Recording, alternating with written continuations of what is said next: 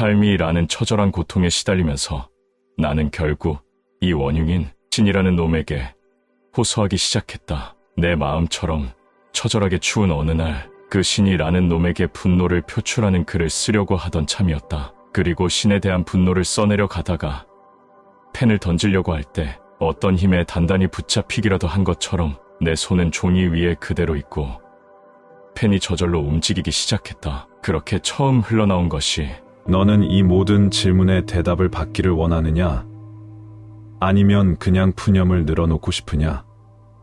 라고 하는 응답이었다. 그리고 이 기묘한 신과의 대화는 3년이라는 시간 동안 계속 되었다.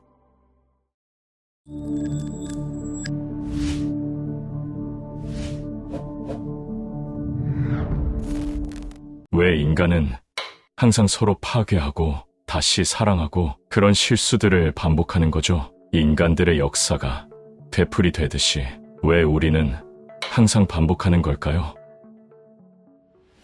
인간의 모든 행동은 그 가장 깊은 단계에서 두 가지 감정 중 하나에서 시작된다.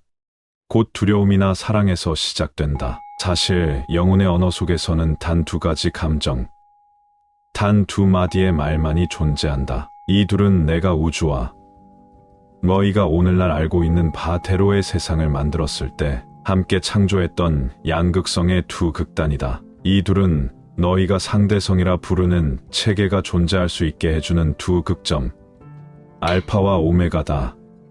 이 두 극점이 없다면, 현상에 관한 이 두 개념이 없다면 어떤 다른 개념도 존재할 수 없다. 인간의 모든 생각과 행동은 사랑이나 두려움, 어느 한쪽에 뿌리를 두고 있다. 그 밖에는 다른 어떤 행동 동기도 존재하지 않는다. 그 밖의 모든 개념은 이 둘의 파생물에 지나지 않는다. 그것들은 그저 같은 주제의 변주들, 다른 꼬임들일 뿐이다. 이것에 대해 깊이 생각해보라. 그러면 너는 그게 사실임을 알 것이다. 이것이 바로 내가 받침 생각이라 부른 것이다. 받침 생각은 사랑이나 두려움에서 비롯된 생각이다. 이것은 생각 뒤의 생각이다. 이것은 최초의 생각이며 원초의 힘이고 인간 체험의 엔진을 움직이는 가장 원초적인 에너지이다. 따라서 사람들의 행동이 거듭 반복 체험을 하게 되는 것은 바로 이런 사정 때문이며 사람들이 사랑하다가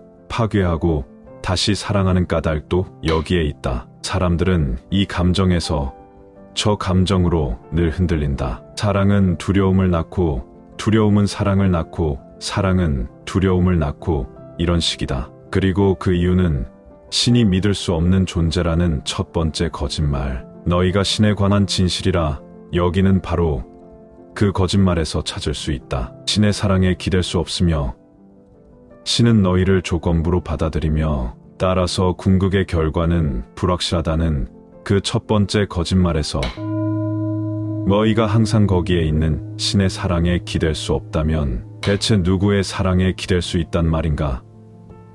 너희가 제대로 해내지 않는다고 해서 신이 뒤로 물러나 움츠린다면 너희가 항상 거기에 있는 신의 사랑에 기댈 수 없다면 대체 누구의 사랑에 기댈 수 있단 말인가? 너희가 제대로 해내지 않는다고 해서 신이 뒤로 물러나 움츠린다면 평범한 인간들이야 더 말할 나위도 없지 않겠느냐. 그리하여 너희가 지고한 사랑을 맹세하는 그 순간 너희는 가장 큰 두려움을 맞아들이게 된다.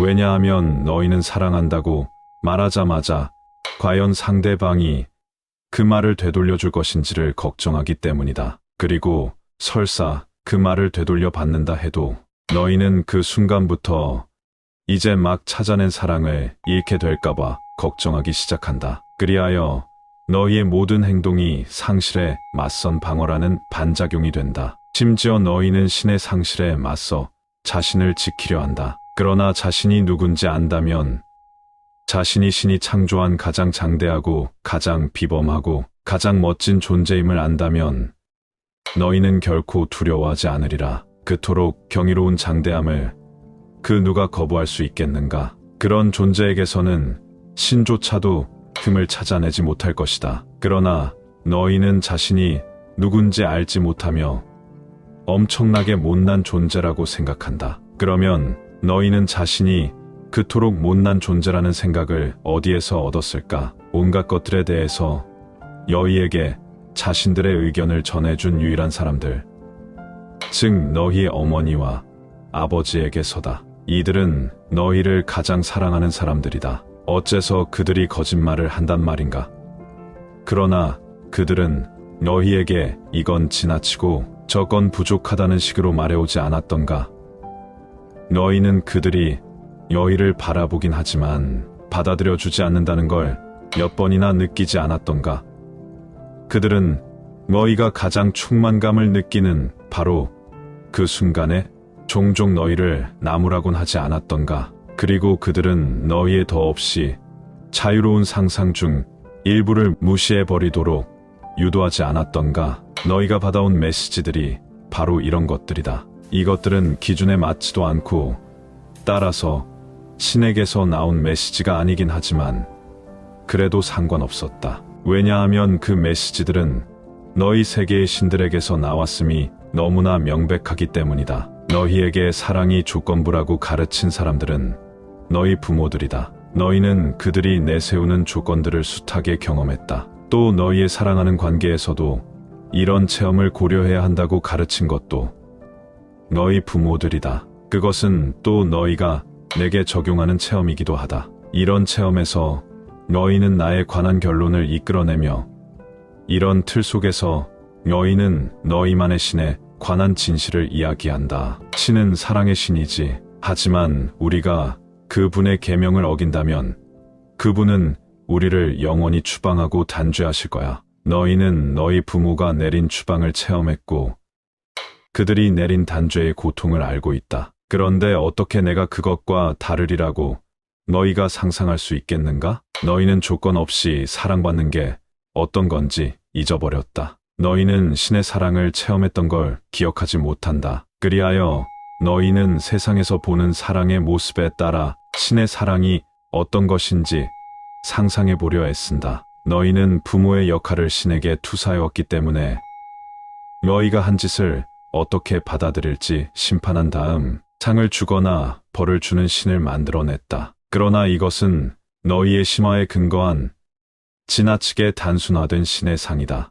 이것은 내 본질과는 아무런 관계도 없다. 너희는 이렇게 영적 진리들이 아니라 인간의 체험에 근거한 신에 관한 사유 체계 전체를 만들어낸 뒤 사랑을 둘러싼 실체 전체도 창조해냈다. 그것은 복수심에 불타는 무서운 신이라는 개념에 뿌리를 둔 실체이며 두려움에 근거를 둔 실체다. 그것의 받침 생각은 틀린 것이지만 그런 생각을 부정한다면 너희의 신학 전체가 무너질 것이다. 그러므로 그런 신학을 대신할 새로운 신학이 참으로 너희를 구원해준다 할지라도 너희는 그것을 받아들일 수 없다. 왜냐하면 두렵지 않은 신, 심판하지 않는 신, 벌줄 이유가 없는 신이라는 개념은 그냥 너무나 근사해서 신의 본질에 관한 너희의 어떤 거창한 관념으로도 도저히 받아들일 수 없기 때문이다. 이 두려움에 근거한 사랑의 실체가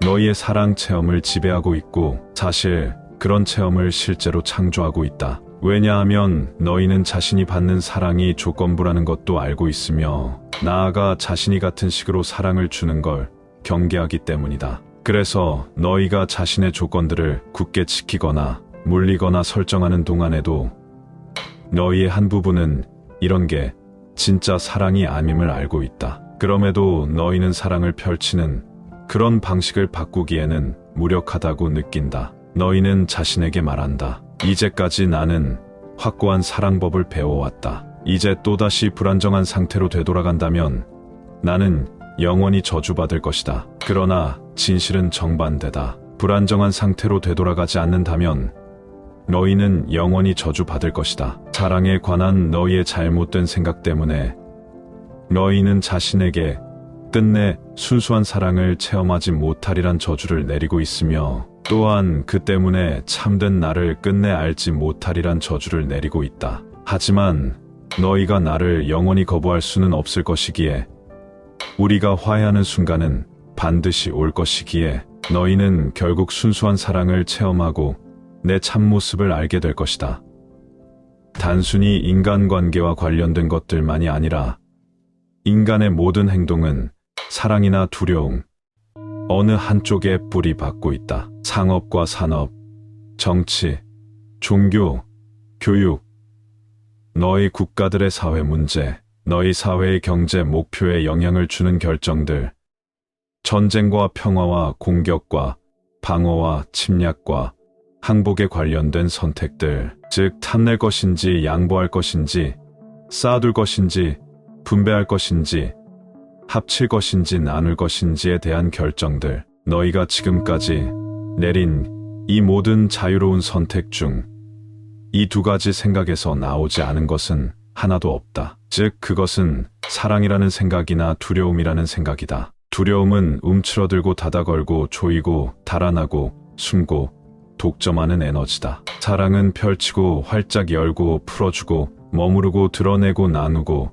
치유하는 에너지다. 두려움은 우리 몸을 옷으로 감싸지만 사랑은 우리가 발가벗고 설 수 있게 해준다. 두려움은 우리가 가진 모든 것을 틀어쥐고 집착하게 하지만 사랑은 우리가 가진 모든 것을 나눠주게 한다. 두려움은 갑갑함을 지니지만 사랑은 정을 지닌다. 두려움은 움켜잡지만 사랑은 보내준다. 두려움은 사무치게 하지만 사랑은 달래준다. 두려움은 공격하지만 사랑은 치유한다. 인간의 모든 생각과 말과 행동은 이 두 가지 감정 중 어느 하나에 근거하고 있다. 그 외에 다른 감정이란 없기에 너희에게 다른 선택의 여지는 없다. 그러나 이 둘 중 어느 쪽을 선택하느냐는 너희의 자유다. 당신은 아주 쉽게 말씀하시지만 우리가 결정을 내리는 순간에는 두려움이 이기는 경우가 훨씬 많습니다. 그건 왜입니까?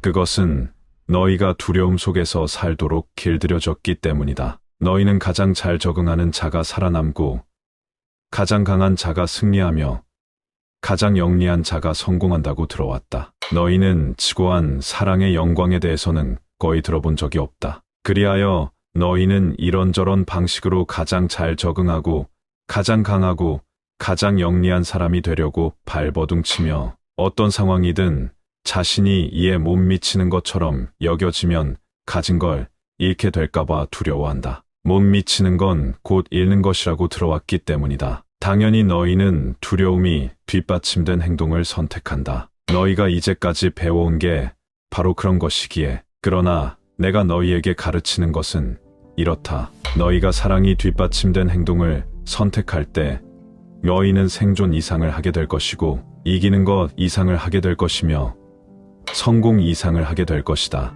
그럴 때 너희는 자신이 참으로 누구인지 또 자신이 어떤 존재가 될 수 있는지를 깨닫는 충만한 영광을 체험할 것이다. 이렇게 하려면 너희는 악의는 없으나 잘못 알고 있는 너희 속세 선생들의 가르침에서 벗어나 다른 원천에서 나온 지혜를 지닌 사람들의 가르침을 들어야 한다. 항상 그래왔던 것처럼 너희 중에도 그런 스승들은 많다. 너희에게 이런 진리들을 보여주고 가르치고 이끌어주고 깨우쳐주는 사람들 없이 내가 너희를 그냥 버려두지는 않을 것이기에. 그러나 깨우쳐주는 자들 가운데서 가장 중요한 존재는 너희 외부에 있는 어떤 사람이 아니라 바로 너희 내면의 소리다. 이것은 가장 쉽게 접근할 수 있어 내가 첫 번째로 사용하는 도구다. 내면의 소리는 너희에게 가장 가까우니 내가 말하는 가장 큰 소리다. 그것은 자기 외의 다른 모든 것이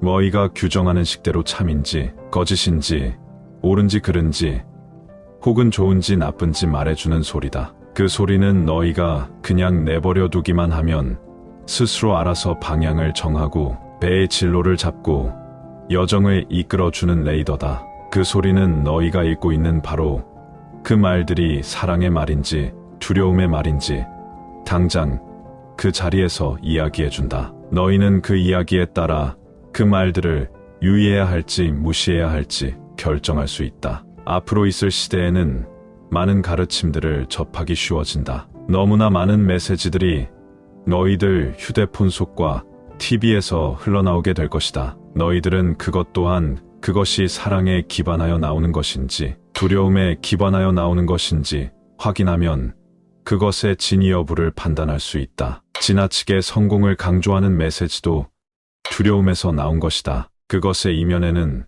성공하지 못하면, 즉 도태되면 세상에서 버려질 것이고 살아남지 못할 것이라는 두려움에서 나온 이야기들이다. 너희의 삶에서 궁극적 목표는 나의 찬란한 광의를 드러내는 것이지 두려움에 기반된 성공을 드러내는 것이 아니다. 나는 너희들이 성공을 하거나 대단한 무언가가 되어야만 사랑을 해주는 그런 신이 아니다. 나는 처음부터 끝까지 완전함이고 사랑 그 자체이다. 너희 삶에서 사랑을 매 순간 선택할 때 너희는 나를 알고 내가 된다.